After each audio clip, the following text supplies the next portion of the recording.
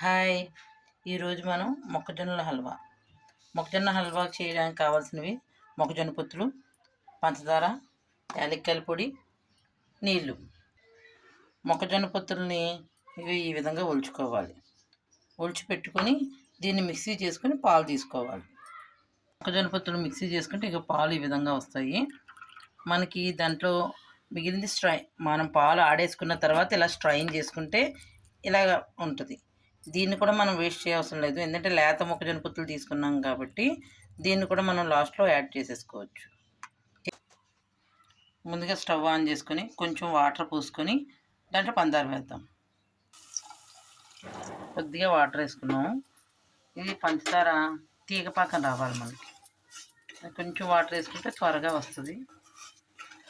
మనకి ఏంటంటే ఈ మొక్కజొన్న హల్వాలో లేత పొత్తులు తీసుకుంటే బాగా వస్తుంది. ఆ వచ్చిన దాంట్లో స్ట్రైన్ చేస్తే ఎలాగైనా కొంచెం రద్దు లాంటిది మెత్తగా ఉన్న లాంటిది ఉండిపోతుంది. అది వేస్ట్ చేయకుండా మనం దీంట్లో వేసుకుంటే టేస్ట్ కూడా బాగుంటుంది. నేను వీటి కోసం 2 మొక్కజొన్న పొత్తులు తీసుకున్నాను. దీనికోసం ఏమో నేను 150 గ్రామ్స్ పంచదార తీసుకున్నాను. పాలు వడకట్టాను కదా, ఇవి తీగ పాకం వచ్చాక ఇవి అందులో వేసుకుందాం. ఫ్రెండ్స్, మనకి పాకం వచ్చింది. ఇగో చూడండి, మనకి ఈ విధంగా తెలుస్తుంది. తీగ పాకం తెలుస్తుందా? ఇలా వచ్చిన తర్వాత మనం స్ట్రైన్ చేసుకున్న మిల్క్ ఇందులో వేసుకుందాం. మొక్కజొన్న పాలు ఇదిగోండి ఫ్రెండ్స్. కాకపోతే ఏంటంటే ఇది వేసేటప్పుడు వేసిన దగ్గర నుంచి మనం కలుపుతూనే ఉండాలి. కలపడం మానేసామా అడుగట్టేస్తుంది, ఎందుకు పనికిరాదు. ఈ విధంగా మనకి దగ్గరికి వచ్చే వరకు కలుపుతూనే ఉండాలి. దగ్గరికి వచ్చా చూపిస్తాను.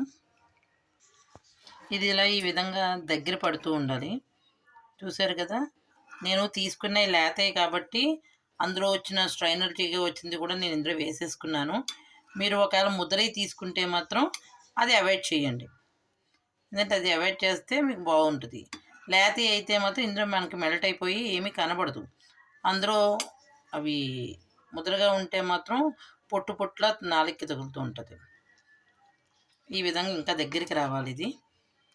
ఇందులో కొంచెం నెయ్యిని యాలక్కాయల పొడి వేసుకుందాం. యాలక్కాయల పొడి దించేటప్పుడు వేస్తాను, నెయ్యి కొద్దిగా వేస్తాను. ఇదిగోండి, ఈ విధంగా వేసి కలుపుకుంటున్నాను. ఇది ఇంకా బాగా దగ్గరగా చిక్కబడాలన్నమాట.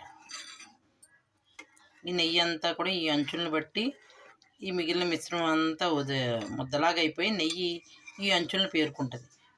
పేరుకొని ఎప్పుడైతే ముద్ద నుంచి నెయ్యి వేరైపోద్దో మన హల్వా రెడీ అవుతుంది. అప్పుడు యాలక్కాయల పొడి వేసుకుందాం.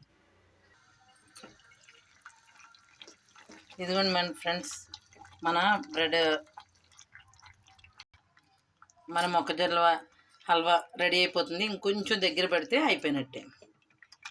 కాకపోతే ఇది చేయడానికి మాత్రం మనకి దగ్గర 1/2 అవర్ పైన పట్టింది. ఇంకొంచెం దగ్గరికి రావాలి.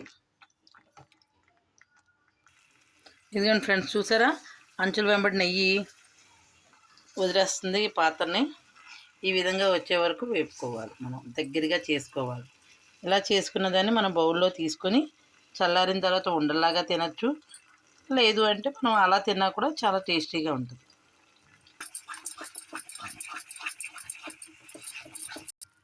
దించే ముందు ఇదిగో యాలక్కాయల పొడి వేసుకున్నాం. చూడండి ఫ్రెండ్స్, ఇదిగో మీకు నెయ్యి తెలుస్తుందా? ఇదిగో ఈ చివరి అంచులు వెంబడి వదిలేస్తుంది. యాలక్కాయ పొడి వేసుకొని మనం స్టవ్ కట్టేసుకోవడమే.